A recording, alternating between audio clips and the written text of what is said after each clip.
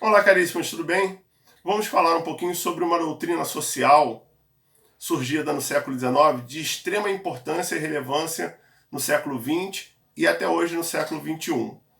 Uma doutrina social que vai surgir nesse momento, no século, meados do século XIX, por volta de 1848, 1850, para dar conta do, da desigualdade, das desigualdades sociais e da pobreza que estava sendo gerada pelo próprio capitalismo nas grandes cidades europeias daquele momento, nas sociedades europeias de forma geral.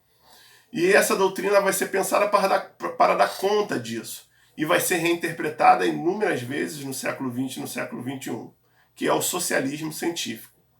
O socialismo científico ele vai surgir, inicialmente, no ano de 1848 com o Manifesto Comunista, um livro de Karl Marx e Friedrich Engels.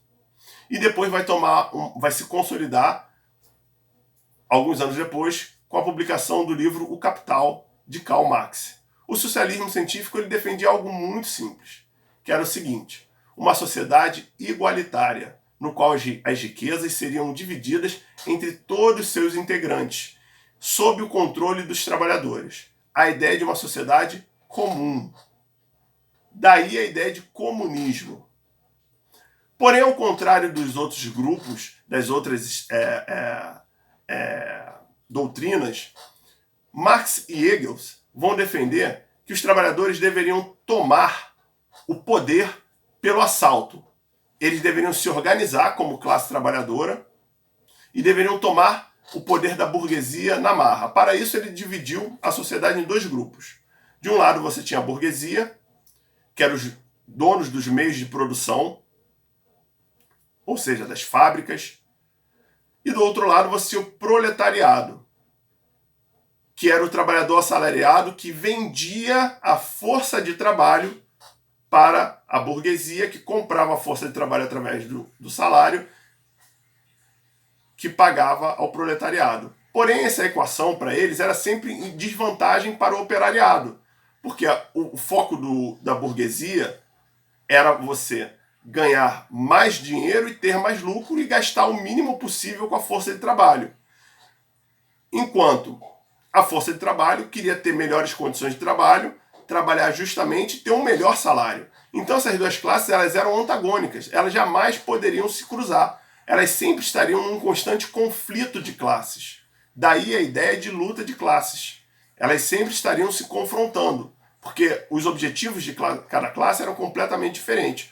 Uma desejava o lucro com o menor gasto possível, a outra desejava melhores condições de vida com o melhor salário possível. Então essas classes elas elas não se davam bem, elas se confrontavam. Porém tinha uma questão: como existiam muitos pobres e a pobreza estava muito alta na Europa nesse momento, essa classe ela era muito grande. Então você sempre teria gente para trabalhar nas fábricas. Então a burguesia nunca precisaria se preocupar com a falta de mão de obra. Essa mão de obra ela sempre seria abundante e barata. Por quê? Porque essa mão de obra precisava trabalhar para garantir pelo menos o alimento mínimo para a sobrevivência. Porque isso foi uma das grandes questões que vai levar esses pensadores a refletirem o capitalismo no século XIX nesse momento. Foi o fato de que o próprio trabalhador trabalhava a vida inteira e tinha uma vida miserável. Então por que o cara trabalha a vida inteira e não pode ter uma vida digna? Essa era a grande questão. Porém, esse confronto de classes ele fica muito claro na teoria do socialismo científico. Então, o Marx estabeleceu um sistema onde você teria, o primeiro momento, a Revolução Socialista, onde você teria a tomada de poder pelos trabalhadores. Depois teria o momento da ditadura do proletariado, onde esse proletariado iria ocupar o poder, estabeleceria uma ditadura e ele iria eliminar os inimigos da revolução, principalmente a classe burguesa. E depois você poderia, essa ditadura do proletariado, ele poderia deixar de existir, esse grupo que comandasse a revolução, e iria dividir toda a propriedade privada numa propriedade coletiva pertencente ao Estado, onde todos teriam acesso ao bem comum com a ideia de comunismo. E todos também ganhariam salários próximos, com pouquíssimas diferenças, mas todos salários dignos de trabalho. Bom, esses caras ficaram também conhecidos como comunistas, que era quem defendia esse modelo de sociedade. E essa ideia, na época, foi comprada diretamente pelo movimento operário. O movimento operário achou muito interessante e vai comprar essa ideia de uma sociedade igualitária, onde as riquezas estavam divididas sobre seus integrantes e controladas pelo trabalhador. Bom, isso era uma teoria, porém na prática ela era muito mais complexa. O próprio Marx acreditava que a prática existiam sociedades que estariam à frente, que poderiam acontecer essa revolução. Para ele, a Inglaterra era a sociedade que aconteceria logo em seguinte, logo essa revolução. Depois seria a francesa e por aí as outras sociedades iriam adotar. Esse pensamento todo também é conhecido como marxismo, por causa do autor, do Karl Marx, que vai construir esse pensamento. Bom, isso tudo vai gerar uma série de desdobramentos ao longo do século XIX. O primeiro desdobramento vai ser a ideia do pensamento marxista, que vai ser amplamente divulgada na classe trabalhadora, de que a humanidade, a história da humanidade, era movimentada pela luta de classes. A luta entre a burguesia e a luta entre o proletariado. E que ao longo de toda a história da humanidade teria ocorrido essa luta com sempre a vitória da burguesia. O capitalismo, por exemplo, ele seria um modelo econômico que defendia o capital, defendia a burguesia, defendia os detentores do capital e concentrava ainda mais a renda e o poder nas mãos de quem já tinha o poder. Né? Por isso que a burguesia, no entender do pensamento marxista, ela deveria ser derrotada, para que a sociedade pudesse ser radicalmente modificada. No lugar da propriedade privada, que é o segundo item, surgiria uma propriedade coletiva. E ela ficaria sob o controle de um Estado, que seria dirigido pelas classes trabalhadoras. Até chegar, que era o momento da ditadura do proletariado, até chegar o momento onde não necessitaria mais do Estado, e seria implementado, então, o comunismo, a ideia de comunismo.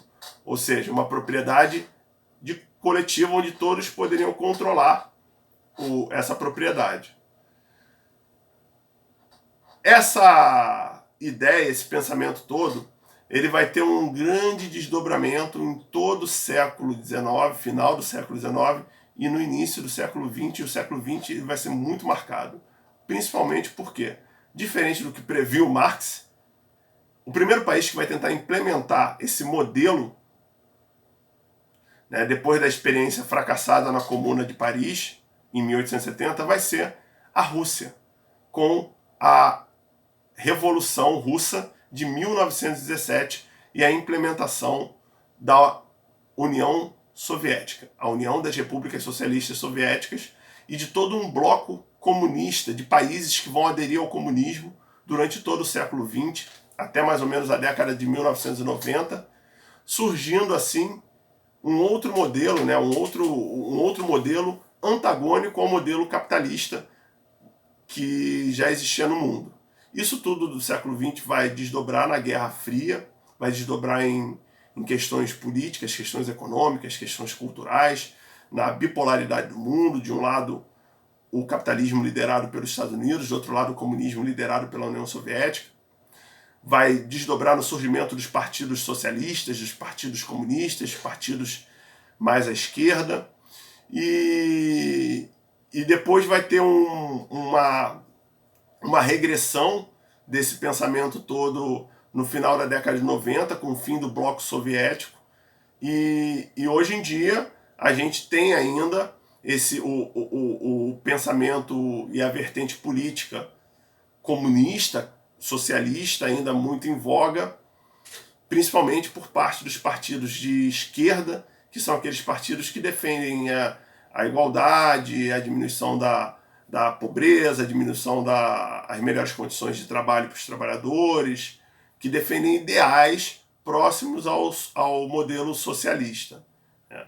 Inclusive aqui no Brasil a gente tem ainda um debate protagonizado pelo governo, no qual ele entende que nós tivemos governos de espectro socialista, o governo do PT e o governo do PSDB, governos alinhados a países que adotaram esse modelo, o modelo da Venezuela, o modelo de Cuba, e que o Brasil agora estaria tomando um outro alinhamento. Né? Porém, a gente sabe, quem é estudioso, que esse modelo comunista, o modelo socialista, hoje em dia ele não existe em nenhum país do mundo praticamente. São países que, por mais que se intitulem socialista, comunista, eles são países que têm um caráter capitalista muito forte, que têm ditaduras naquela região, ditaduras de esquerda também, né?